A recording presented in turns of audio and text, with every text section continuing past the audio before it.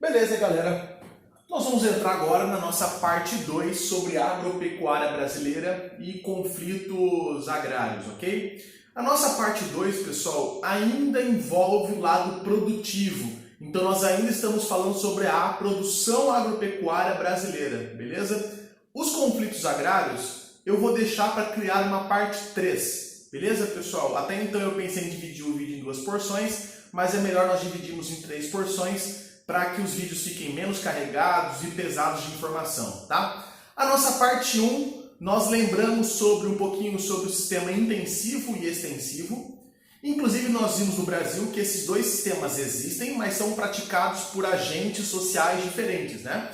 O sistema extensivo, aquele menos produtivo, aquele menos mecanizado, é produzido pela agricultura familiar ou camponesa, né? Trabalham com minifúndios, policultura, uma produção de subsistência e comércio apenas de excedentes, né? Porém com uma função importantíssima, né? No caso, a agricultura familiar ou camponesa, essa que utiliza a agricultura extensiva, né, de pequeno porte, pouco mecanizada, tem a função, o objetivo de produzir alimento, né?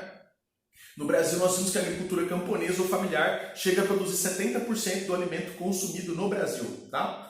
E nós temos também, no caso brasileiro, a agricultura intensiva, o plantations, que é praticado por um outro agente social, né? Os plantations, ou o sistema intensivo, já é praticado pelo agronegócio, o grande proprietário de terras, né? O cara que é dono do grande capital, né? Então já é uma outra forma de agricultura, já é com uso de máquina, já é latifúndio, né? Já é monocultura, e a produção inclusive não é para nós, tá? Como nós vimos, a agricultura intensiva, a agricultura de plantations, ela visa o mercado estrangeiro, ela visa a exportação, beleza? E no caso não é de alimentos, são commodities.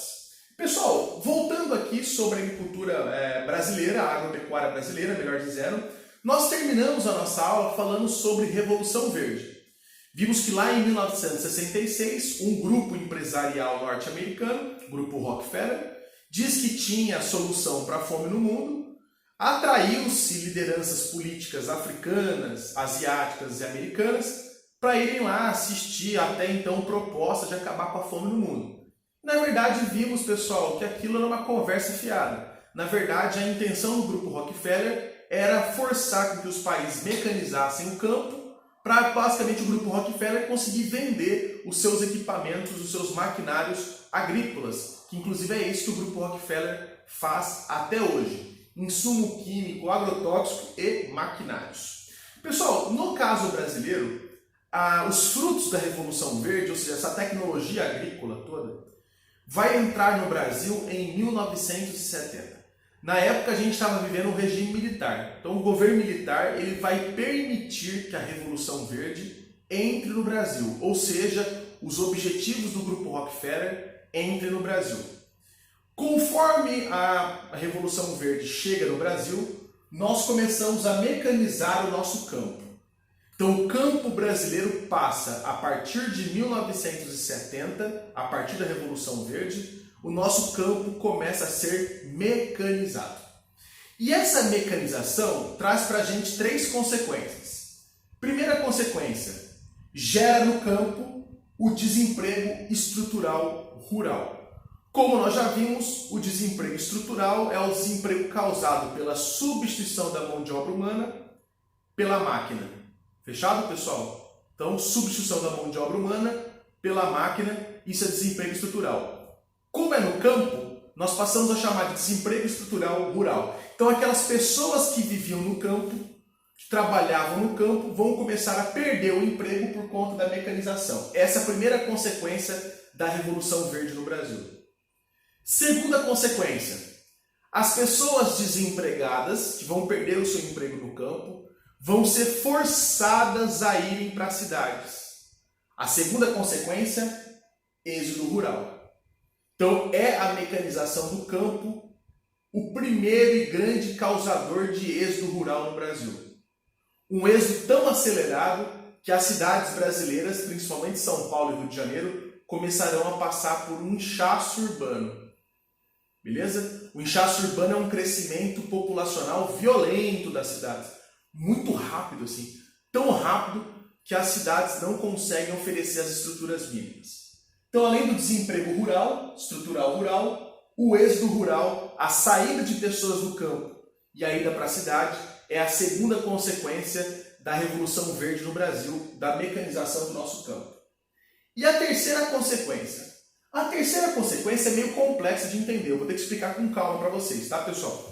A terceira consequência é um aumento da interação entre campo e cidade. Como assim aumento da interação? Pessoal, campo e cidade já tinha uma interação, ou seja, uma ligação entre eles, uma relação. Só que essa relação era uma relação simples. Era simplesmente baseado no seguinte aspecto: o campo produzia e a cidade consumia. Antes da Revolução Verde, essa era a única interação que havia entre cidade e campo. O campo produzindo alimento e a cidade consumindo alimento. Então, isso já é uma interação entre campo e cidade. A cidade consome o que o campo produz. Só que a partir da Revolução Verde, a partir da mecanização do campo, vai haver novas formas de relação entre campo e cidade. Entre elas, a cidade começará agora a ser fornecedora para o campo. Não, professor, o campo que fornece para a cidade. Agora a cidade também começa a fornecer para o campo. O quê? Maquinários, insumo químico, agrotóxico. O agrotóxico, o insumo, a semente, as máquinas não são comercializadas no campo. São comercializadas na cidade. Então o campo começará a depender dessas tecnologias que são vendidas nas cidades. Beleza? Ou seja, além da interação do campo produtor e cidade consumidora, agora surge uma segunda relação entre elas.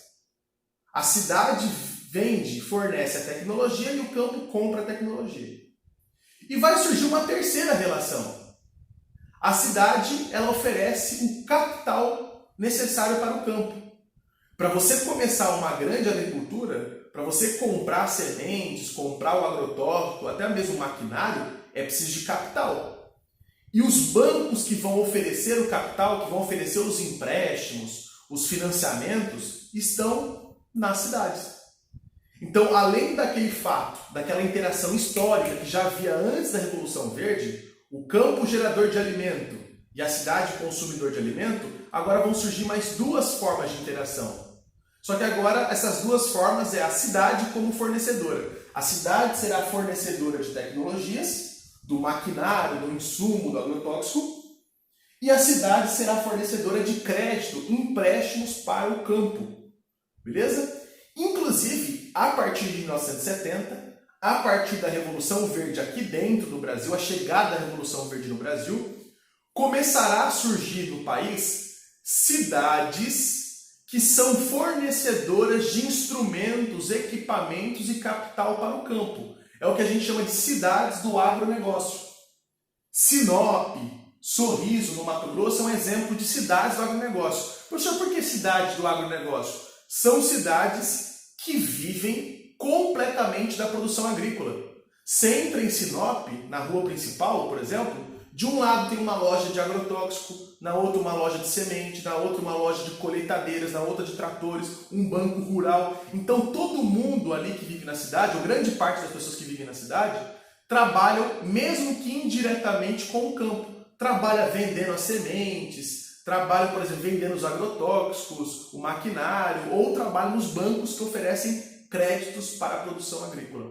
Beleza? Isso é importante para nós. Então, além do desemprego estrutural rural, além do êxodo rural, no caso, a Revolução Agrícola no Brasil, né, a mecanização causada pela Revolução Agrícola Verde, no Brasil, ela também gera uma maior interação entre campo e cidade. Beleza? Então, o campo continua fornecendo alimentos para a cidade, mas agora as cidades também começam a fornecer coisas para o campo, como tecnologias, os equipamentos necessários e também os empréstimos, o crédito para as lavouras. Beleza?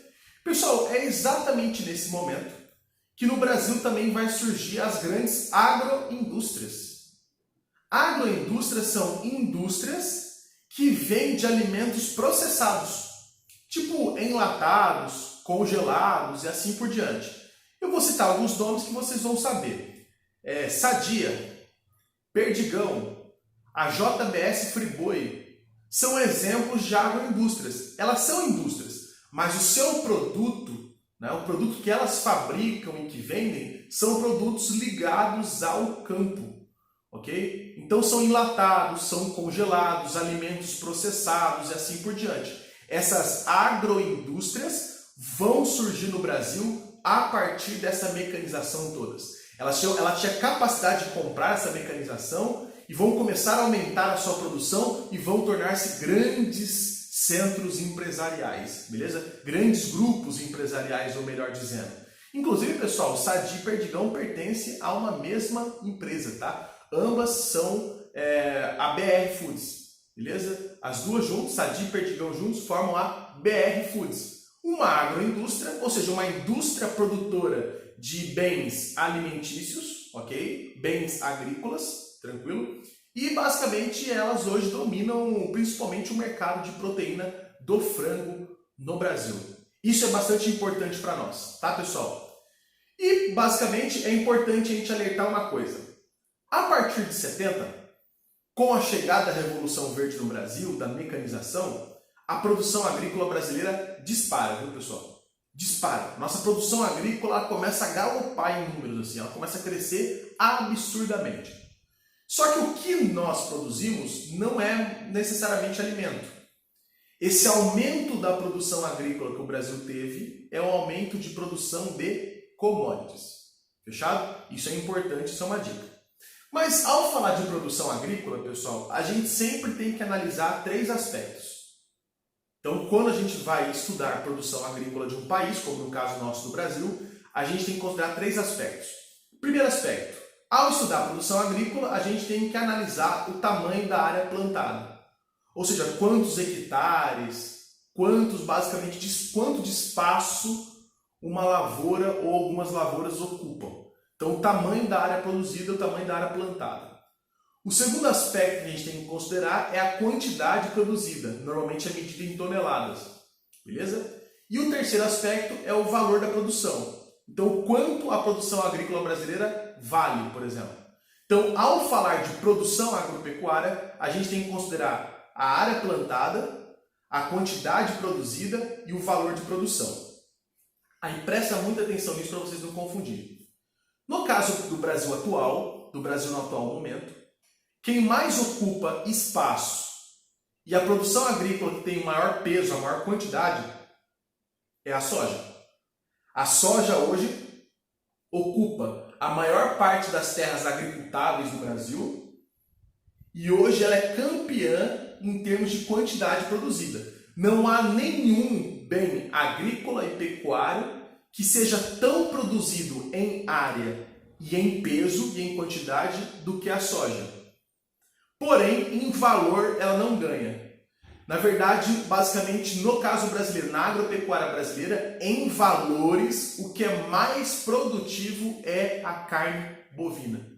Ocupa menos espaço que a soja, é menos produzida que a soja, mas o valor de produção é maior. Por quê? Porque o valor agregado da soja, o valor que a soja tem no mercado internacional, é menor do que o valor da carne. Então, mesmo a carne bovina, né, a pastagem e tal, mesmo ela sendo menos produzida em área e em quantidade, ela é mais lucrativa, porque o valor agregado da carne, o valor de mercado da carne internacionalmente é maior do que o valor da soja. Por isso que eu coloquei aqui, ó, área cultivada, ok? E quantidade produzida não coincide com o valor da produção. Então, em área plantada, em quantidade produzida, a soja é campeã. Mas em valor, em ganhos e lucros, é a carne bovina. Por ela valer mais, ela tem um maior valor de mercado, um maior valor agregado. Fechado, pessoal? Isso é bastante importante, tá? E para a gente ir fechando essa nossa etapa da aula, é importante responder uma seguinte pergunta, ok? Pessoal, a agropecuária brasileira tem ou não tem importância econômica? Dá uma pensada. A agropecuária brasileira, afinal de contas, ela tem ou não tem importância econômica? Inclusive, você já deve ter visto na televisão já, né, a propaganda, o agro é pop, ok? O agro é tech, o agro é tudo. Afinal de contas, a agropecuária é ou não é importante para a economia do Brasil? Pessoal, ela é. Só que eu quero que vocês também estejam bem atentos nessa parte final da nossa aula, tá? Hoje, a agropecuária quase não emprega ninguém. A agropecuária, ela emprega muito pouco porque ela é mecanizada. Se hoje a produção agrícola ela é praticamente mecanizada, só não é na agricultura camponesa, né? Mas hoje tem a menor parte das terras. Se ela é mecanizada, quer dizer que ela não gera emprego. Então quer dizer que a importância econômica da agropecuária não necessariamente está na geração de emprego. Eu sei que alguns pais, familiares de vocês trabalham com a questão agropecuária, mas em números ela chama pouco atenção nesse aspecto. Hoje, por conta da mecanização, o campo brasileiro emprega pouco. Então quer dizer que a importância agropecuária não está necessariamente na geração de emprego, tá? A agropecuária brasileira, pessoal, ela gera 5,8% do PIB. É pouco. A indústria gera 26% e o setor de comércio e serviços gera 67%. O Brasil tem uma economia muito mais dependente do setor de serviço e comércio e da indústria do que da agropecuária. Quer dizer que a importância da agropecuária também não está na geração do PIB, beleza? Não está nem na geração de empregos e nem na geração do PIB. PIB é a economia do país, tá? Mas peraí, professor, se a agropecuária então não gera emprego e ela praticamente não gera riquezas para a nossa economia, então qual que é a função dela? Por que ela tem importância econômica? Por que inclusive ela é chamada de o agro é pop, né? Como mostra na propaganda pra gente. Pessoal, a importância da agropecuária está numa coisa chamada balança comercial.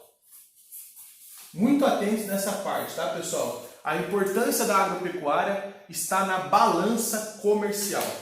Balança comercial é uma conta. Vixe, professor, ferrou, colocou conta na história. É simples, pessoal. A balança comercial é uma conta, um saldo, um cálculo bem tranquilo de se fazer.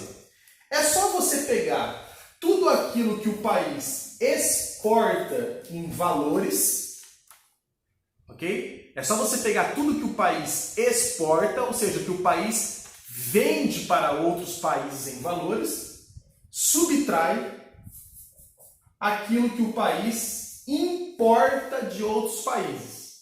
Tudo em valor.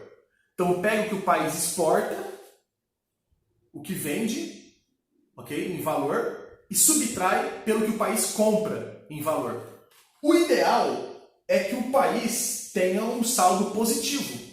Ou seja, que as exportações sejam maiores do que as importações. Pessoal, se a exportação for maior que a importação, ou seja, se o país vender mais do que ele compra, esse país possui um superávit da balança comercial. Beleza? É esse nome que se dá. Superávit. Esse T no final aí é um T mudo, beleza? Superávit é quando um país mais exporta, mais vende do que importa, mais do que ele compra. Beleza? Isso é o ideal. Mas pode acontecer do contrário. Pode acontecer do valor daquilo que for vendido é menor do que o valor que foi comprado.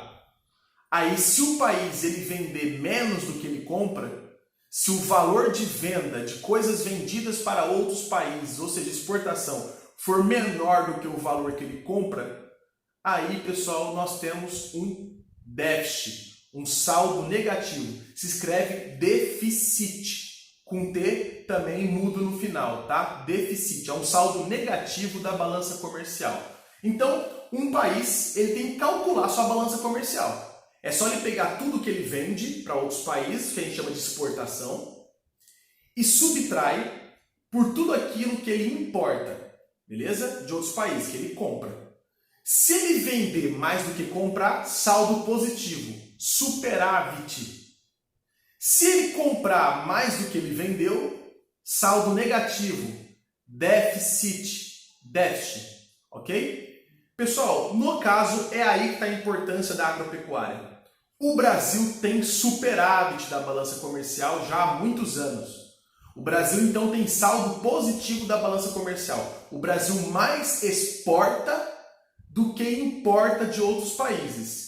E o que faz o Brasil ter um saldo positivo da balança comercial, ou seja, um superávit, são bens agropecuários.